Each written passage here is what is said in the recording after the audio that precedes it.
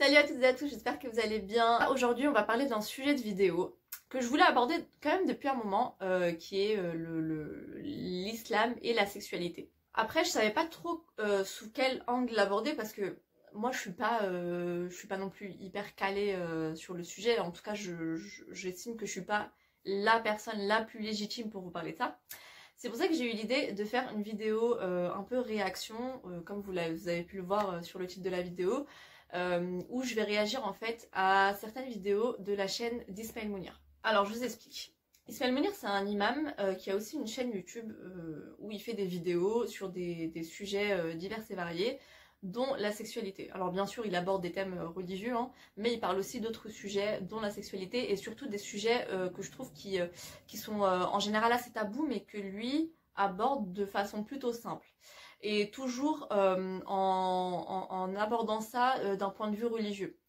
Donc je trouvais ça intéressant de vous montrer que même si on est imam, même si on est musulman plus généralement, on peut parler de sexualité, et encore plus que la sexualité, elle est absolument pas taboue en islam. Et donc je me suis dit, bah, qui de mieux pour en parler qu'un imam, voilà. Du coup, j'ai sélectionné quelques vidéos qui sont disponibles sur sa chaîne YouTube, que vous pourrez après aller voir si vous voulez. Et dernière petite chose, sachez que Ismaël Mounir a aussi une plateforme en ligne avec des cours qui aussi abordent plein de thèmes différents, dont bien sûr des thèmes religieux, mais aussi des sujets comme la parentalité, le couple, la sexualité. Ça, je vous en parlerai un petit peu plus en fin de vidéo, mais si ça vous intéresse, dès maintenant, vous pouvez aller vous inscrire en barre d'infos, mais voilà. Sinon, restez connectés, moi, je vous en parle un petit peu plus tard dans la vidéo. Ok, maintenant que j'ai raconté un peu ma vie, on va pouvoir parler du sujet de cette vidéo. Avant ça, juste, je vais me décaler un peu sur le côté pour que vous puissiez un petit peu voir aussi l'écran que je vais mettre ici. Comme ça, en même temps que je regarde, vous pouvez regarder aussi. Et on commence. Là, il y a une grande hypocrisie chez nous. On a l'impression que les jeunes, on leur dit qu'on leur parle que de chasteté. On a l'impression que le gars, peut-être, il est pubère à 12-13 ans. Il se marie à 30 ans. Donc de 30 moins, allez, 13, ça fait quoi? 17 ans. Et vous pensez que pendant 17 ans, le gars, c'est une pierre. Il ressent rien, en fait. Il n'y a pas de tentation, il ressent pas, il est... Mais c'est impossible. Quel être humain vit comme ça, subhanallah? Ça, c'est drôle parce que c'est un discours qu'on n'entend jamais, mais vraiment jamais. Après, comme il dit, on nous parle beaucoup de chasteté, etc. Et on oublie un peu qu'en tant qu'être humain, on peut avoir des désirs, et même ça, même avant le mariage. Alors après, c'est clair que l'islam, il nous donne un cadre. Il nous donne des règles à respecter. Donc si on est musulman et qu'on veut respecter les règles que nous dicte l'islam, on ne peut pas avoir de relations sexuelles hors mariage.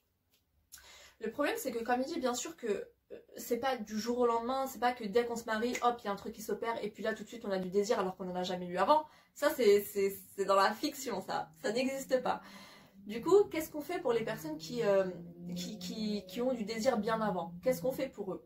Parce qu'il faut savoir, même pour les jeunes filles, hein, et déjà qu'on n'en parle pas pour les garçons, alors pour les jeunes filles, je vous en parle même pas. Et le truc, c'est que des fois, je reçois des messages de jeunes filles ou d'ados qui me disent voilà, je commence à avoir des envies, je suis musulmane, je sais que je peux pas avoir de relation avant le mariage et je l'accepte. Mais je sais pas comment faire, je sais pas à qui en parler, je peux pas en parler à mes parents parce que ça aussi c'est même pas la peine. À ce moment-là, ces personnes-là, qu'est-ce qu'on fait en fait pour elles? Si on continue de nier que en tant qu'être humain, on peut avoir des désirs sexuels, on peut avoir de l'attirance sexuelle envers des personnes, si on nie ça, on rend pas service en fait à ces gens-là. Et peut-être même qu'au final ça amplifie le problème parce que il y a des jeunes après des fois qui peuvent aller se renseigner sur internet et qui peuvent tomber sur de la pornographie des fois très très jeunes. Vous voyez, après c'est un cercle vicieux. Ça peut être, alors je suis désolé, Inna Allah la yastahi min al-haq, c'est la règle de ce séminaire, Allah n'a pas honte de la vérité. D'accord? Donc je vais dire des choses, alors on peut très bien parler de ça avec respect, mais on va pas, il n'y a pas de tabou. D'accord? Donc on va dire les choses. Moi j'ai des jeunes filles qui n'ont aucune expérience des jeunes filles qui n'ont aucune expérience de ce que c'est que la féminité, le corps, la sexualité. Et en fait, la première fois qu'elle va ressentir, je sais pas, du désir, etc., eh bien, elle va penser qu'elle est amoureuse. Alors que c'est pas parce qu'à un moment donné, je sais pas, tu t'es retrouvé dans une situation, quelqu'un t'a regardé, voire il t'a touché, il t'a fait un câlin, et tu t'es senti tout en émoi parce que c'est la première fois que tu vis ça, que ça veut dire que tu es amoureuse. Donc le désir, ce n'est pas l'amour. Le désir, c'est simplement que ton corps il fonctionne. Et quand vous êtes adolescent et adolescente, bah, à un moment donné, ton corps, des fois, il peut s'allumer, quoi. Bah, ça, en fait, c'est une vidéo qui est extraite de sa plateforme en ligne, là, dont je vous ai parlé avant. Et alors déjà, il y a deux choses. La première chose, c'est que déjà, il parle, comme je vous l'ai dit, là, de jeunes filles qui peuvent avoir des désirs sexuels. Franchement, c'est bien la première fois que j'entends un musulman, un religieux parler de ça comme ça. Donc, bon, c'est la première fois quand même que j'entends ce genre de discours, mais il est important. Parce que le but, c'est pas juste de dire aussi que ça existe, mais d'expliquer pourquoi. Et deuxième chose, c'est quand il dit que le désir, c'est pas de l'amour. En fait, si vous voulez, là, dans cette vidéo, il expliquait ce qu'était l'amour. Et en fait, plutôt que de donner une définition de l'amour, parce que si je vous pose la question là comme ça, qu'est-ce que l'amour? Finalement, c'est un peu compliqué de définir, ou en tout cas de répondre à cette question. Et plutôt que de définir directement comme ça l'amour, il a pris le problème dans l'autre sens et il a défini tout ce que l'amour n'était pas. Donc là, en l'occurrence, le désir. Et ça, c'est important parce que quand on n'a pas cette expérience-là, on peut un peu faire l'amalgame entre tout ça. Par exemple, on va avoir une attirance physique envers quelqu'un, on va penser que c'est de l'amour, alors que c'est pas du tout ça. Je m'excuse, hein, c'est le sujet, donc on va mettre les pieds dans le plat. J'ai remarqué beaucoup en fait chez les musulmans. Alors, la pornographie qui foisonne, en fait, etc. Il y a beaucoup d'hommes, en fait, comme on ne parle pas de sexualité dans nos cultures, etc., le rapport qu'ils ont à la sexualité, c'est par la pornographie, en fait. D'accord? En fait, on a une formation en sexualité par la pornographie. Donc, je ne sais pas si vous voyez la schizophrénie que ça amène. Et il y a des gens, quand ils reviennent vers le din, vers la religion, ils ont des fantasmes, mais pour eux, la religion, donc, c'est, on va dire, c'est quelque chose de... par rapport à la vision qu'ils ont de la sexualité dans la religion, en gros, c'est tu vas voir ta femme, tu as un rapport tous les 2 semaines, elle ne te parle pas, tu ne lui parles pas, il n'y a rien, c'est très mécanique, etc. Mais lui, il a plein d'autres fantasmes. D'accord? Il a plein de choses qui le hantent. Et il ne s'imagine pas pouvoir assouvir ces choses-là, c'est-à-dire d'avoir une sexualité coquine, épanouie avec sa femme. Pour lui, ce n'est pas possible. Bah, ça, comme il dit, c'est un gros problème parce qu'il y en a beaucoup qui pensent que la sexualité en islam c'est tabou et qu'ils ne peuvent pas avoir une sexualité épanouie ou que la sexualité ça peut être autre chose que juste quelque chose de mécanique. Ça amène tellement une frustration, mais même dès très jeune, hein. Parce que je me souviens qu'il y avait des copines à moi qui sont en médecine aussi et qui avaient fait de la prévention, enfin qui étaient allées en fait pour parler de sexualité dans des classes, je crois que c'était au collège. Et pour faire de la prévention, parler de sexualité, des organes génitaux, enfin voilà, des trucs basiques.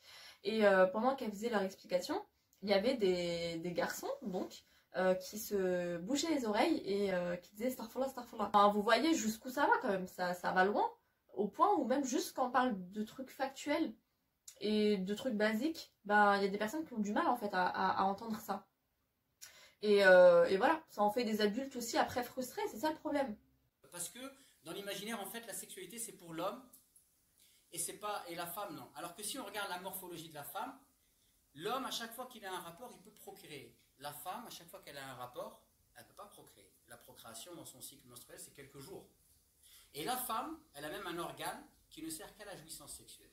C'est-à-dire qu'Allah, il a créé la femme, il lui permet de procréer, mais un nombre limité de jours, et tout le reste du temps, c'est comme s'il lui dit, bah, vas-y, fais-toi plaisir. Ouais, ça aussi, c'est un gros problème. Cette idée que la sexualité c'est que pour les hommes et pas pour les femmes. C'est vrai que déjà que la sexualité elle est taboue, alors elle l'est pour les hommes et les femmes, hein, mais elle l'est d'autant plus pour les femmes que pour les hommes. Je pense que même dans un peu toutes les cultures c'est un peu quelque chose de tabou, hein, le plaisir féminin, mais dans notre culture ça l'est aussi beaucoup. Alors que au final, si vous regardez bien l'anatomie d'une femme, la femme, elle a le clitoris qui est dédié uniquement au plaisir. D'ailleurs, j'en ai fait une vidéo, si vous voulez la regarder. C'est un organe dédié uniquement au plaisir.